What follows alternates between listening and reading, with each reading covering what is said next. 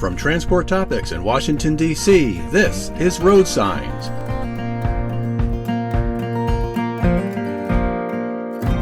Hey, it's the Transport Topics RoadSigns team. What follows is not your standard RoadSigns episode. It is a replay of a recent conversation from our new Brown Bag webinar series.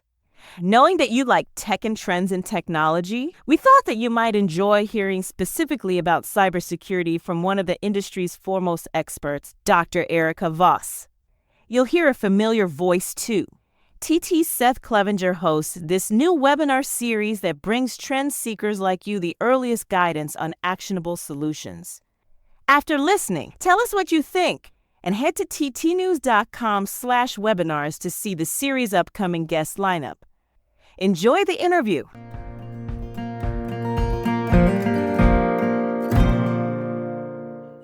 Hello, I'm Seth Clevenger, Managing Editor of Features and Multimedia at Transport Topics. Thank you for tuning in to our latest Transport Topics webinar, How to Improve Your Cybersecurity During Peak Demand. With the peak shipping season underway and the holidays fast approaching, trucking and logistics companies will remain busy with higher levels of demand in the coming months. Unfortunately, this period is often accompanied by a rise in cargo theft as bad actors look for opportunities to take advantage of unattended loads or falsify documents for fictitious pickups, just to give a couple examples of the type of schemes that are out there. So what steps can trucking companies take today to better secure their information, their assets, and their freight? To help us answer that question, I'm very excited to bring in Dr. Erika Voss, Vice President of Information Security for DAT Freight and Analytics, for yet another conversation about cargo security and preventing cybercrime. Welcome back to the conversation, Erika. Seth, thank you so much for having me. It's great to be here again. So as I mentioned, this is a busy time in the freight transportation industry. Demand is high. This is really, when companies out there are the busiest. It can also get very noisy for security personnel out there during peak season and during the holiday shipping season, which is also right around the corner. Generally speaking, from what you've seen, Erika, is the transportation industry more susceptible to cyber attacks, identity theft, and other online crimes during these busier times on the calendar? Yeah, it's definitely a busy time for the transportation industry. It's surprising to me to think about, wow, we just wrapped up August. We're literally now going into what is going to be peak for all of us. It's an easy time, really, to lose sight of your cybersecurity. And when you're actually focused on wanting to maximize your sales, wanting to maximize your shipments, wanting to maximize even, your truck loads, it's a time where you really want to look and really take control of your security. When I think about that, I think about how do you partner with, the FMCSA, their carrier profile, making sure that you're using a true secure password. What does that actually mean to have a secure password? It's not your company name and your 123 with an exclamation. It's truly creating one. It's making sure, additionally that you're looking at the FMCSA and how they require you to verify your profile, and you want to look at, whether it's every 2 years. I always feel like I wish people would adopt more of the peak season is a good time to become new with preparedness and say, let's go out to that safer.fmcsa.gov and say, hey, let's make sure we're verifying our business information is correct. It hasn't been stolen. The data has been correct. It's safe. It's secure. It's a good time for carriers, really anybody, to say, hey, I should communicate what any changes are to their broker partners, and at the end of the day, the brokers, they might see a change, but they might not. But if you're actually proactively reaching out, from a lens of, hey, here's something you should be concerned about. That's really what it is. It's the piece where I always tell people, set that pace for your business, which is really around setting that preparedness and continuous cyber education. Yeah, for sure. And a lot of basic housekeeping around passwords, like you mentioned, communications, and really just taking this seriously. So with that being said, what are some of the other top cybersecurity tips for trucking companies? Again, during peak season, heading into holiday shipping season is really just a busy time for our industry. What are some tips that you would like to share? Yeah, the biggest thing is much of like what I wish, again, more people would spend that time on is take a look at your identity. It's really around protecting your identity, or what I call the identity fabric. I can't emphasize this enough. Are you looking at your passwords? Are you looking at multi-factor? Are you looking at, ways that phishing emails come in? Do you know how to recognize what is a bad email?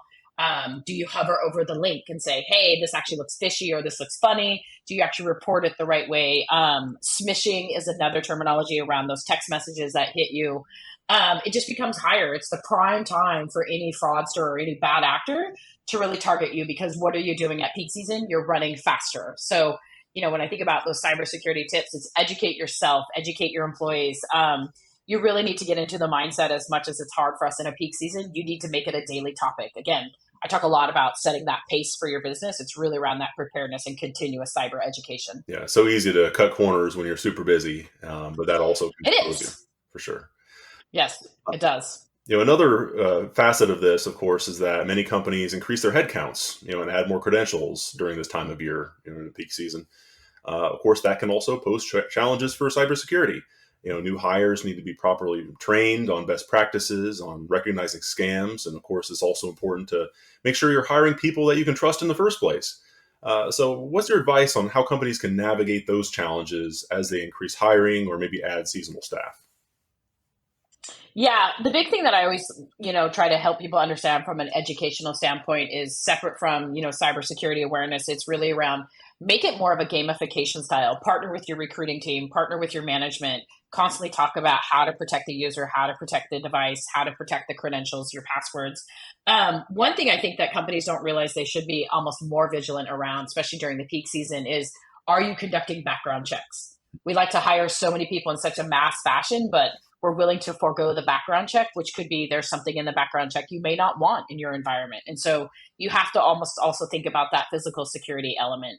Again, a lot of it, I talked about that preparedness and that cyber education, but really it is, for companies, when you think about, how you want to really just protect your identity as a whole, is what's that brand reputation impact mean to you? If you are a $100 million broker business, are you doing the right security controls? Are you doing the right, cyber preparedness? Are you actually looking at, how you issue, a device, whether it's a phone or whether it's a laptop, and what they're actually doing with it? And do people understand how easy it is to get social engineered? I always love when people want to talk about cybersecurity, and it's so easy for a security person like myself to social engineer another person, because that's what we want to do. We just want to talk to you. And think about that. If you're a fraudster, that's exactly what you're doing. It's how can I get inside your environment? And so it really comes down to, you've got to be vigilant with the people you're hiring. You've got to provide that training. Especially when I look at like just our transportation industry, from a pure broker lens, as an example, I'm always surprised at how many brokers I talk to that don't have cybersecurity people. It's, I got a technologist, or, oh, I outsourced my technology. And it's like, but you're $100 million business. Why would you not invest in one security person? And it's like, well, I don't think I need one. Well, that's the what if game. The what if game is, oh, I'm not going to get hit. But yet, if you go out and you Google, data breach, or if you go out and Google, transportation disruptions, it's nobody has a continuity plan to recover their business, or nobody knows what to do in a ransomware attack, or let alone incident response. And so you've got to take that time to really invest in your cybersecurity posture. And, quite frankly, you're crazy is what I like to say if you don't think you're going to get hit. It's not about the if, it's about the when. Yeah. You have to prepare for this, right? I mean, you can't think you're just going to fly under the radar. It's our industry is a target. We've seen that. It is a target. Years, and maybe you think you're not all that well known, and maybe you think you're a mid-sized company. We've seen a lot of mid-sized companies hit. You're not going to fly under the radar, unfortunately. Yeah, and I think that's a good source too that people don't realize is, it's really about taking control of your security posture more than anything. And it's like, you want to continue to be this growing fast business that's, doing all the great things. But at some point, what's the dark web saying about you? What's the black market saying about you? There's companies that are being monitored now that I pay attention to, that even in our transportation brokerage industry. But what else are people doing? Do people even pay attention to that kind of stuff? And it's where, again, you've got to take control of your own security and really realize, like, we as a transportation company need to be better as a diligence. Yeah. And I think your examples of, hiring practices, background checks, and also just training new staff. Again, those are examples of some of the corners that can get cut during peak season. And exactly what we're describing here is exactly why it's so important to stay on top of that. Of course, in addition to hiring or bringing on more staff, transportation companies may also need to onboard new carriers they haven't worked with before to help keep up with demand during peak. What are some of the best ways for companies to avoid some of the bad actors out there and partner with carriers they can trust? Yeah, again, I can't emphasize this enough. It's really around taking control of your own security. This is a key area where trust is key. and you have to trust what you know. You've been in this business a long time. If it's truly too good to be true, why do you even think it's real? I can't believe how many times I've talked to customers or talked to, other carriers or brokers or shippers, and it's like the conversation comes up of like, oh, but I got this amazing deal. Well, do you really think it's an amazing deal? Like, that's the red flag. If it's too good to be true, then why are you believing it? And so we have to take that moment in our gut and say, this actually makes the hair stand up on the back of my neck. It's probably truly too good to be true. Then why are we even picking that company? Separate from that, we all know there's tools or software that's out there to actually help companies, trust what their future is. Make sure you're leveraging those tools and those capacity and those, capabilities when you think about truly that trust element when you think about onboarding new carriers. You trust your money. For example, I always like to tell people with MFA on your banking app, why would you not do the same with your company? And so it's really around making sure you're actually, again, protecting your security, protecting your identity. One element I always like to tell people is that, the bad actors, the fraudsters, whoever, they live to catch us. An attack happens, again, every 29 seconds.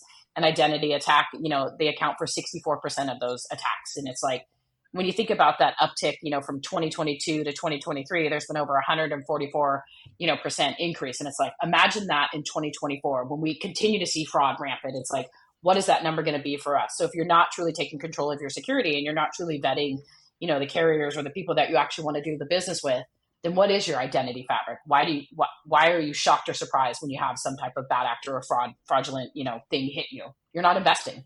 Yeah. Another facet of this, of course, is companies need to protect themselves really on both fronts, both physical and digital. Fortunately, Yes. Physical cargo theft is still common in the transportation industry. But here we are, of course, today in a very high-tech business environment, increasingly a high-tech business environment. A lot of thieves and scammers are carrying out fraud schemes in the digital world. So how can companies protect themselves on both fronts, physical and digital? Yeah, such a great question, Seth. And I think, when I talk to people about how to protect yourself from a digital perspective, I always ask them, well, what is it? What is it that keeps you up at night? We as an industry, we're not really familiar with using the right terminology. People talk to me about fraud and they're like, I have all these, breached accounts or hacked accounts. And I'm like, fraud is different than cybersecurity. Fraud is an output of you having poor cybersecurity. That's what it is at the end of the day. And so the scam, yes, it's about taking your money. And, when you think about it from a digital world, how do you prevent that from happening? Well, you have good password hygiene. You have good cyber hygiene. You're enforcing multi-factor. You're making sure your software is up to date. You actually have encryption of your data. You're making sure you have, authentication practices, secure browsing habits. I mean, there's ways you can get secure browsing set up for you well. Phishing awareness and prevention emails. I mean, all these things we can continue to do and offer. An area I like to talk to people about is, what about your social media accounts? You're willing to lock down your Facebook or your TikTok or your Instagram or Snapchat to make sure you're not sharing, things with everybody else out there in the world. Why are you not doing the same with your social media accounts, in your work environment? Continuity is a big one that I don't think people realize. What is your actual business continuity plan if you have a disruption? If you're, down for, 3 or 4 hours, what's that cost to you to be down? Is it $100,000 an hour? Is it $1 million an hour? Making sure you have the right business continuity plan or emergency response plan. What happens if, your fleet gets sick or there's, snowstorms, things like that. Like, you have to think about that even from a digital footprint perspective. And I think that's the area we just really need to be better about is, the scammers, they get paid to come hit you. They're looking for that. They're looking for that easy target. But if you're having the right, again, strong password practices, authentication, secure browsing, if you're having all this good habits as part of your good cyber hygiene, it becomes easy for you to navigate the digital world. You're not afraid. Yeah, for sure. And, as we all know, the cybersecurity landscape is always a moving target, right? It's always shifting, always changing, and there are new ideas and new scams out there. So what are some of the latest cybersecurity trends that you're seeing in the transportation industry? And what are those emerging threats, and how can the industry respond to them? Yeah, I think the biggest thing really, Seth, is, honestly, we lack some level of like cyber industry standards that actually helps us from a true transportation standpoint. Yes, there's things like ISO and other industry best practices or frameworks you can adopt, but if you're a North American freight company or logistics company, why would you adopt an international standard? Like, it doesn't really make sense. And so I think us as a community, the big thing I'm trying to really push for us is, let's get to where we have true zero trust transportation is kind of the concept, which is, here's the best practices you should do to ensure you have zero trust. You've got the right vetting, you've got the right multi-factor, you've got the right, secure devices, you've got the right security around your digital footprint. And you're saying, hey, here's how we can actually make things better for you. You've got a continuity response plan. These are areas, that I think you could just really be strong and actually just help us be better as an industry to come together. And so I'm constantly looking for people to join and want to talk about zero trust transportation, and something I'm really hoping to pivot differently for us just as an organization, which I think is key. If you're going to change the industry to not only prevent fraud, but have good cyber hygiene as a vertical, then you've got to be able to understand that there's cybersecurity things that need to happen, and having that good security or that good identity fabric is what's going to make us successful. The emerging threats, really the big thing is people don't understand what an attack landscape is and why it's important to them. We don't think, or we're not even willing to have the conversation about how we would recover from a ransomware attack. And I think that's scary. Again, I go back to that statement. If you're a $100 million broker and you don't even employ a security person, or you outsource, security, like, what is your brand actually worth to you? Like, if you're not willing to invest in security, then why is it a surprise if you have a fraud problem? Or why is it a surprise if you have security issues? It's like, you've got to think about that. The biggest emerging area that I think most people I would tell to is, when you think about it from a threats perspective, you've got to pay attention to the dark web. You've got to look at your monitoring. You've got to look at threat intelligence. You've got to look at what the black market is doing. You can go out and buy credentials today for $10. $10, I could buy credentials, and I can get into probably just about any logistics company. And it's like, if it's going for $10, what's that impact going to look like for you? Especially if you're a fraudster. That's what they're doing. They're paying to, essentially hook up your account and compromise it. And then next thing you know, they can go out and sell it for $10. And we wonder why there's such a fraud problem. It's just, you're not doing the right monitoring there. So the emerging threat is really, we've got to be better as an industry to come together. It's going to take all of us as a community to really tackle this. And we've got to think about how we do that with that zero trust mindset. Yeah, no, all very helpful. And we've certainly covered a lot of ground here, but what are some other best practices for fraud prevention and cybersecurity that we haven't already discussed? Yeah, the big push really I would talk about, honestly, Seth, is cyber hygiene. You've got to separate your fraud conversation different from your cybersecurity conversation. Fraud, again, like I said, it's an output of having poor cyber hygiene. And so when you think about the best practices, you've got to invest in your security. You have to invest in your people. You need to invest in training.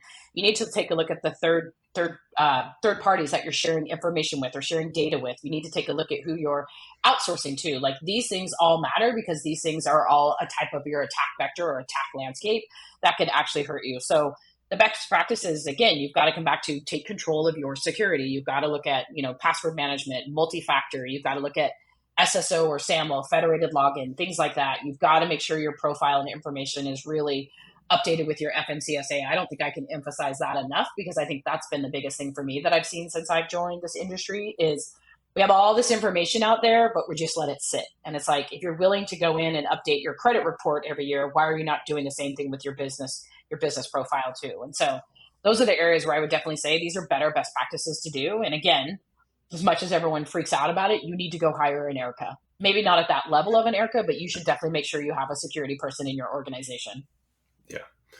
I also think it's helpful to talk about, what's at stake here. Cybercrime, of course, is something that can be very costly to transportation companies. We've seen this, unfortunately, too often. But these costs can, depending on the nature of the attack or what exactly happens, this can include the cost of stolen cargo. It could, just recovering from a cyber attack is can be very disruptive and time consuming and very expensive. Of course, with ransomware attacks. Yes. Also, you mentioned earlier, damage to a company's reputation and business relationships with your customers and your business partners. These are all at stake. They're all at the core of what you do in the transportation industry.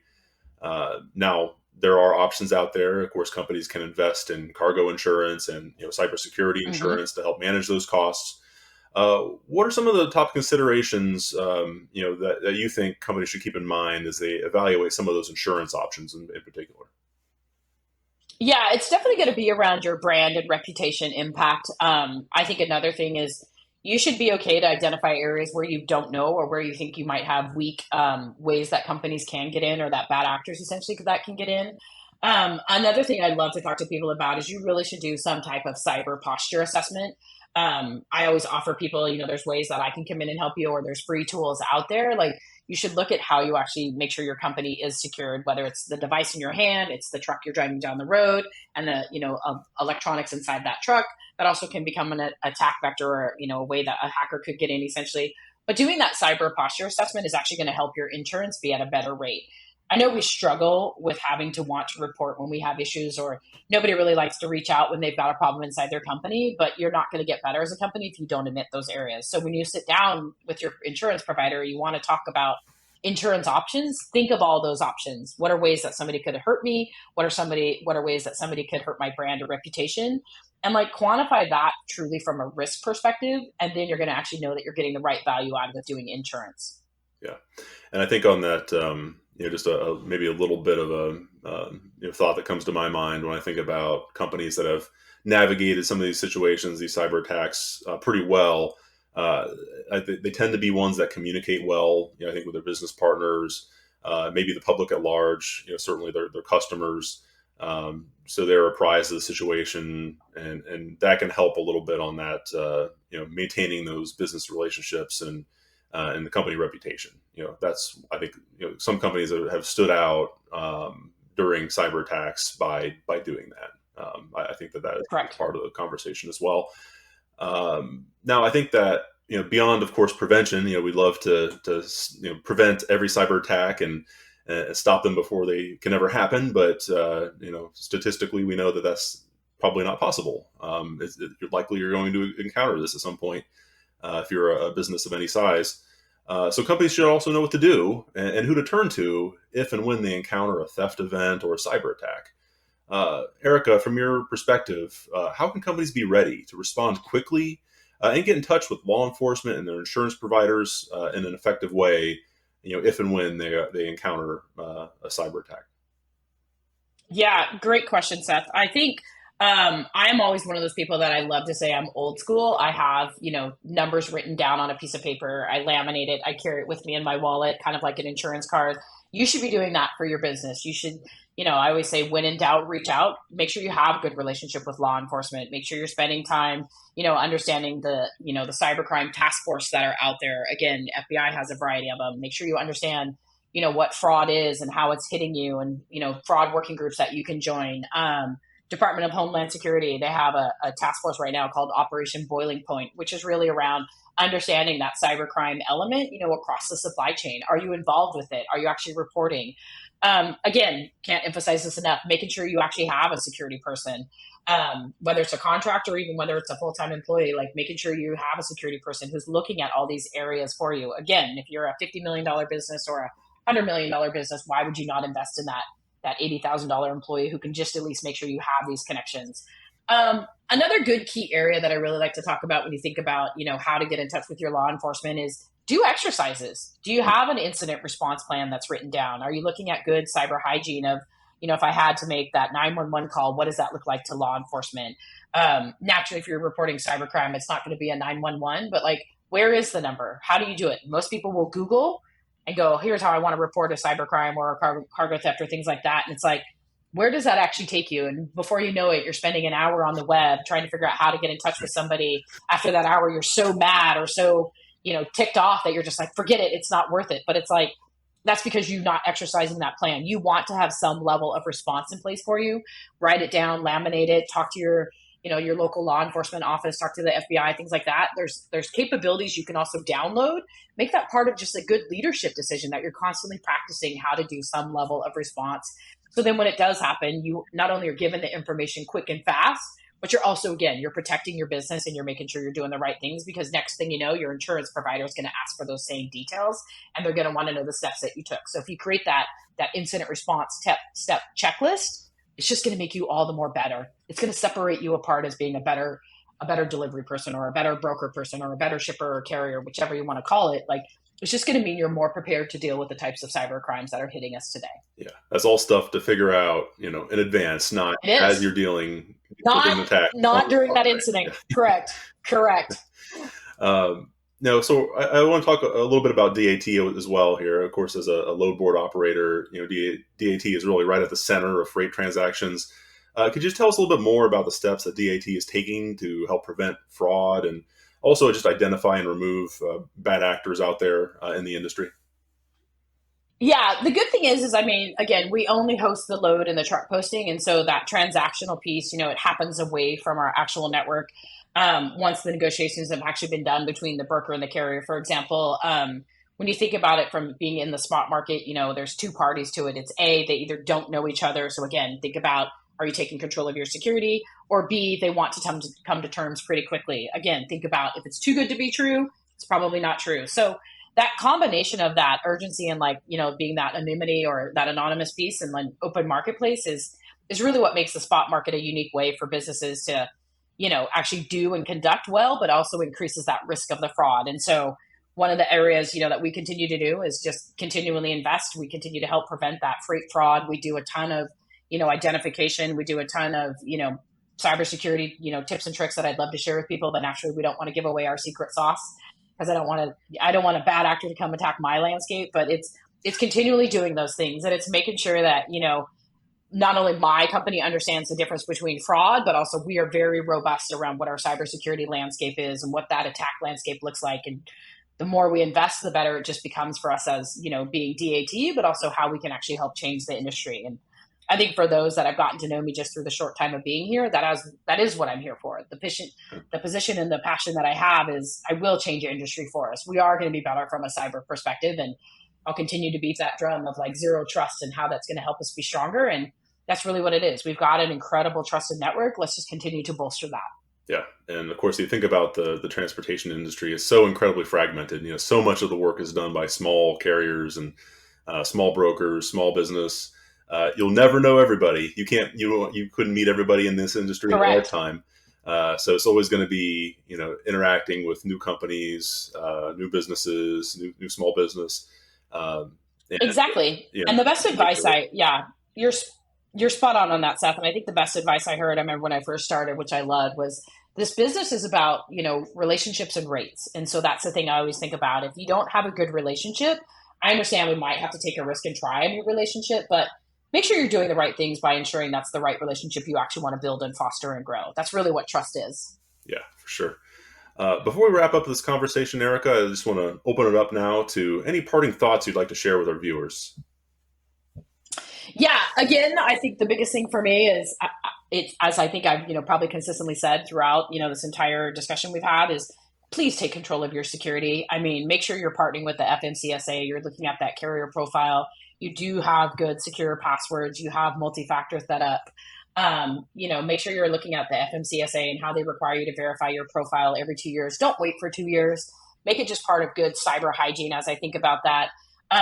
You can't do enough about, just what we want to say with our carriers and how we communicate changes. Like, you should be doing the same naturally, of course, as you work in our logistics industry. The probably other parting things I would say more than anything, Seth, is, on behalf of DAT, I can't thank our nation's drivers enough, our truck drivers. It's National Truck Driver Appreciation Week. This happens from the 15th through the 21st, which I think is awesome. And it's really, from DAT, we celebrate this all month long. And then naturally, as a good cyber person, it's National Preparedness Month. So great time to really take a look at your activities and think about how you're actually prepared for peak season and that you're getting ready for it. And then, of course, I can't get people excited enough about October is, National Cybersecurity Month. Use that time, reach out, take a look at your cybersecurity posture. You have good cyber hygiene. And again, when in doubt, reach out. I'm here to help. I will always be a resource. And let's just continue to make our industry better. Well, those are some excellent closing thoughts, Erika. It's been great to have you back on the program to really discuss a topic that in the last several years has just become much more at the forefront of the industry, and is certainly needed. So I appreciate this conversation and was very happy to continue with it here today. Thank you again for joining us and sharing your insights. Really appreciate it. Awesome. Thank you again, Seth. It's always a pleasure with you.